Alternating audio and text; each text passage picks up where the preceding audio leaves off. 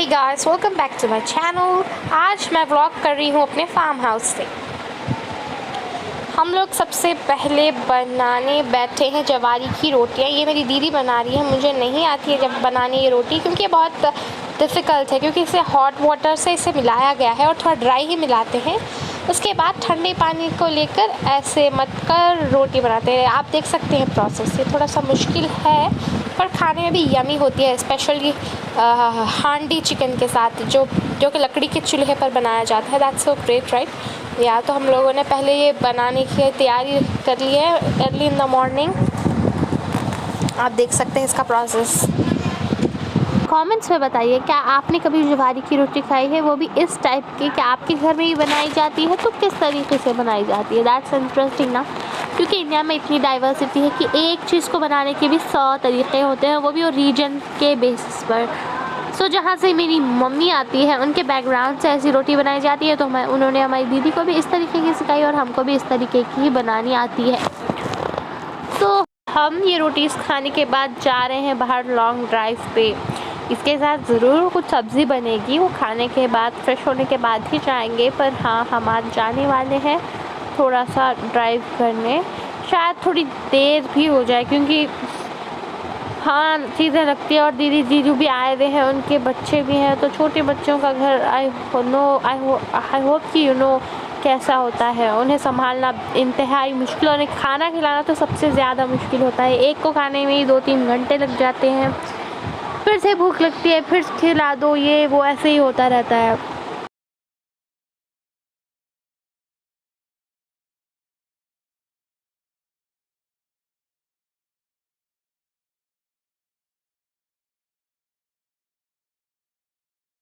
हमारी रोटी मतलब उसका जो शेप है वो शेप में आ गई है, ऑलमोस्ट बन चुकी है और तवे पे आ गई है। पकाना बाकी और पक जाएगी, सेक की जाएगी तो पूरी रोटी बनकर तैयार हो जाएगी। हमें साइड से भी इसे देखिए अच्छे से वो करना है। कुछ रोटी तैयार है और ये वाली भी हो जाएगी और थोड़े बनेंगे तो एक काम ख़त्म हो जाएगा।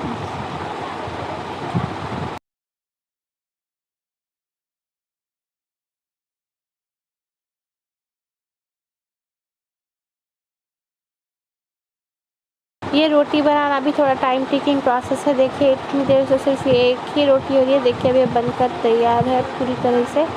अब इसे हम डाल देंगे। सब खाने करने और सारे बात गप्पे शप्पे मारने के बाद शाम में हम निकले, क्योंकि दोपहर में बहुत धूप थी। 11 बजे के बाद ही धूप बहुत ज़्यादा आ रही है। इस बार समर्स बहुत ही हार्श है। पर आज 4 बजे ही मौसम ठंडा पड़ चुका है, थोड़ा सा क्लाउडी एंड आज सुहाना मौसम, इसलिए बाहर निकले हैं। बर्ड्स भी चहचहा रहे हैं। It's like a bit nice.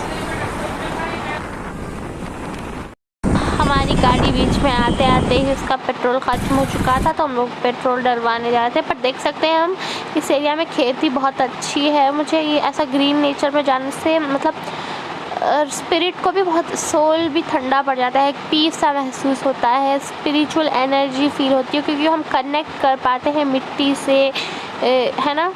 सो यार देख सकते हैं हम एक थोड़ा जंगल से क्रॉस हो रहे हैं। हम लोग बहुत दूर तक आ गए हैं, टू बी ऑनेस्ट बहुत दूर तक।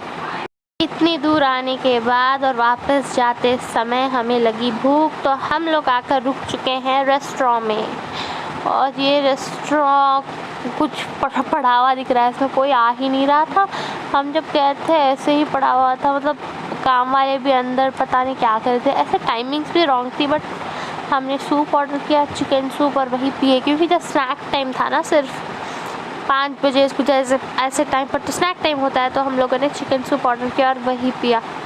मुझे सर्विस भी बहुत पसंद नहीं आई ज़्यादातर, बट दैट वाज ओके, अच्छा ही था, टेस्टी ही था। फिर वापस जाने की ओर निकल पड़े हैं हम वापस जा रहे हैं।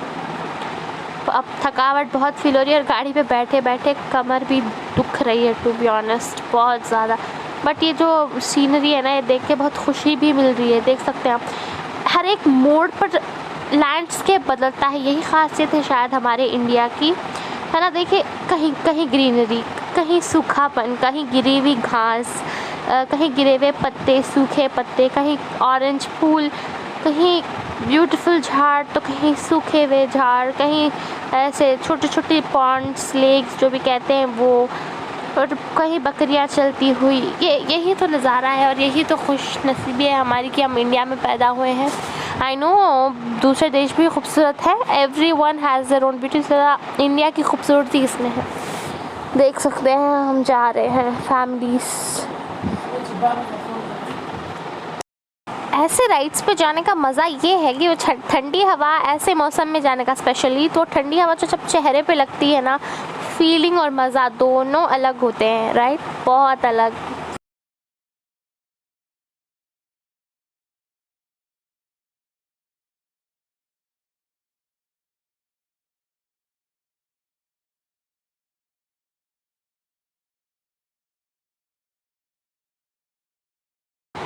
ये राइड्स से ऐसे लॉन्ग ड्राइव्स और लॉन्ग राइड्स, वो भी गाड़ी पर, मतलब बाइक्स या मोटरसाइकिल्स पर हम जाते हैं, इसका ये फ़ायदा होता है कि जब ठंडी ठंडी हवाएं चेहरे पर स्प्लैश कर जाती हैं, that would be an amazing feeling, है ना।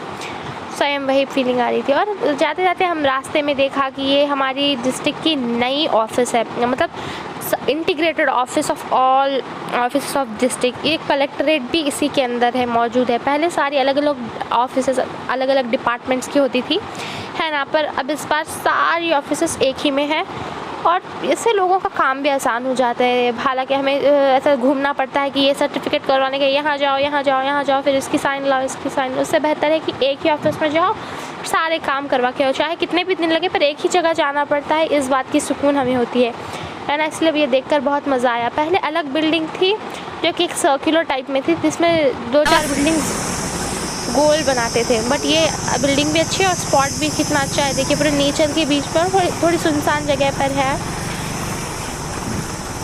दिखने में भी अच्छा लग रहा है। देख सकते हैं बिल्डिंग लंबी भी है, इस बार बड़ी है क्योंकि सारे ऑफिस एक ही में है ना। ये उसका एंट्रेंस है, देखिए वादियों के बीच में है पूरे अच्छे से, ये देख सकते हैं।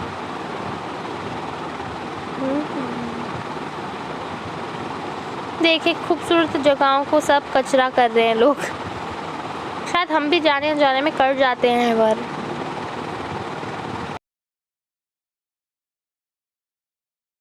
जाते जाते कमर दुख रही थी, इसलिए थोड़ी देर ठहरे थे, रुके थे इस जगह और देखा कि ये ग्रीन शाम देखा। देखिए यूनिक क्रिएचर्स भी देखने को मिलते हैं जब हम ऐसी सुनसान जंगली टाइप्स जगहों पे जाते हैं ना। फिर उसके बाद हम पहुँचे ये इस पार्क में। इस पार्क में ये मेरा भांजा है, खेल रहा है, मतलब ये अच्छा है ना, जगह भी बहुत पसंद आई। ये भी शांत थी और हम लोग यहाँ बैठे थे कुछ समय, थोड़े स्नैक्स जो ला लिए थे वो खाए और इसके बाद हम लोग निकल पड़े। आज के लिए बस इतना ही। आई होप आपको ये व्लॉग पसंद आया होगा, आप भी हमारे भांजे की तरह खुश दिली से एंजॉय करें। हमने भी बहुत एंजॉय किया था। आई होप आपको ये व्लॉग देख के थोड़ी नेचुरल फीलिंग भी आई होगी, क्योंकि हम जब नेचर की सीनरी को देखते हैं ना, वो चीज़ हमें बहुत अफेक्ट कर जाती है और समटाइम्स वर्चुअली भी चीज़ें देखने से हमें खुशी मिलती है। इसीलिए मैं भी कभी कभी स्विट्ज़रलैंड सीनरी ये वो मार कर देखती हूँ, कश्मीर की सीनरी एंड ऑल। ये देख सकते हैं हम लोग निकलने की तैयारी कर रहे हैं। Bye bye everyone, share this vlog with everyone who loves nature.